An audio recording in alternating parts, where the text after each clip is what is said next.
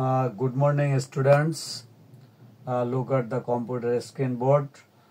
আজকে তোমাদের সামনে নিয়ে আসছি অনুপাত ও সমানুপাতের জন্য কিছু সূত্রাবলী। দেখতে থাকো। দেখতে পাচ্ছ যে কিভাবে সূত্র চলে আসলো। a is to b equal to c is to d, অর্থাৎ এটাকে এভাবে লেখা যায়, ইস টু বা অনুপাত যাই বলো না কেন, এটাকে ভাগ আকারে লেখা যায়, অর্থাৎ a by B equal to C by D. এটা হলে এটাকে ব্যস্তকরণ পদ্ধতি অনুসারে এটাকে আমরা লিখতে পারি। দেখো কিভাবে, অর্থাৎ এই বিটা যাবে এর জায়গায়, এটা আসবে বি এর জায়গায়। এটি হচ্ছে একটি ব্যস্তকরণ পদ্ধতি অনুসারে এটি হয়। আবার দেখো ডি সি এর জায়গায় চলে গেল, আর সি ডি এর জায়গায় এখানে চলে আসছে। কাজেই এটি আশা করি তোমরা বুঝতে পেরেছো। তাহলে আবার আর একটি সূত্র দেখো চলে আসলো কিভাবে, A is to B equal to C is to D, অর্থাৎ A by B equal to C by D হলে এটি হচ্ছে একান্তর পদ্ধতি, অর্থাৎ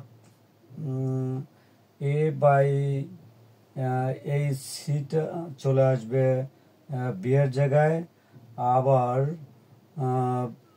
সি যেখানে ছিল সেখানে বি চলে যাবে। এটা একটি একান্তকরণ পদ্ধতির সূত্র অনুসারে এটি হয়। আশা করি তোমরা এটি বুঝতে পারতেছ। এরপর দেখো আর একটি সূত্র চলে আসতেছে,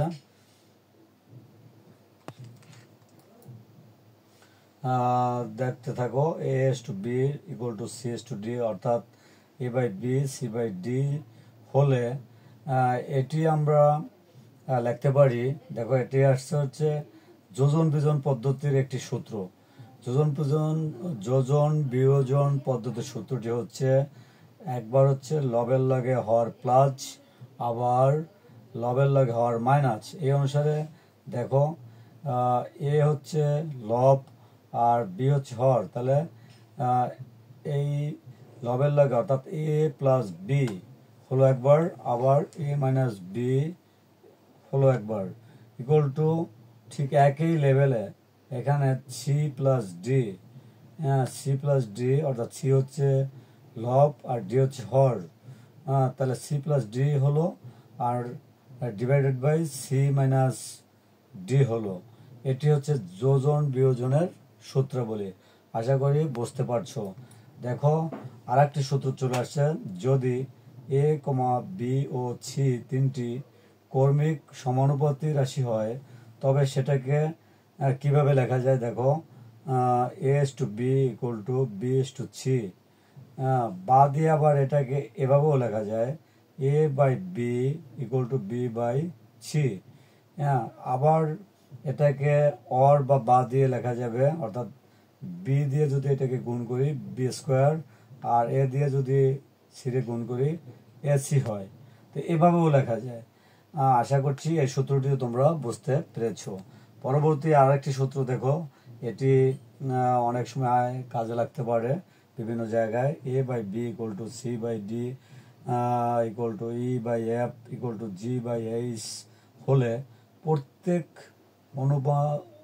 অনুপাতের মান এভাবে লেখা যায়, A plus C plus E plus G plus dot dot dot, মানে আরও আছে, এটা বুঝাইছে। আর ডিভাইডেড বাই ঠিক একই পদ্ধতি, B plus D plus F plus H plus dot dot dot. তো এইভাবে অনুপাত ও সমানুপাতের সূত্রাবলী আসে। এইগুলো গণিতের বিভিন্ন জায়গায় কাজে লাগবে। তোমরা আশা করি এগুলো তোমরা বারবার মুখস্থ করবে, তাহলে তোমরা এই অনুপাত সমানুপাতের অঙ্কগুলো ভালো পারবে। এ পর্যন্তই আজকে, সবাইকে ধন্যবাদ।